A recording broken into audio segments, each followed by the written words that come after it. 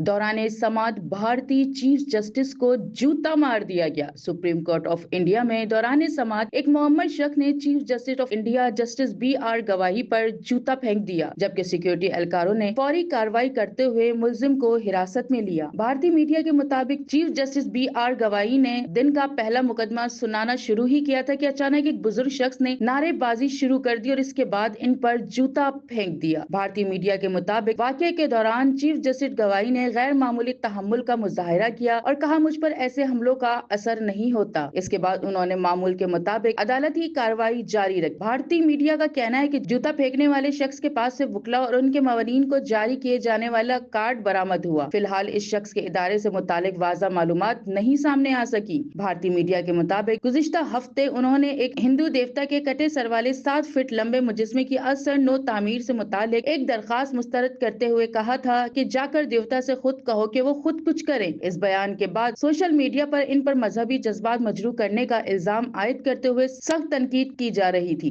दूसरी जानिब भारतीय चीफ जस्टिस ने अपने इस बयान पर वजाहत देते हुए कहा कि मुझे बताया गया कि मेरे जुमलों को सोशल मीडिया पर गलत रंग में पेश किया गया। मैं तमाम मज़ाहिब का एहतराम करता हूँ।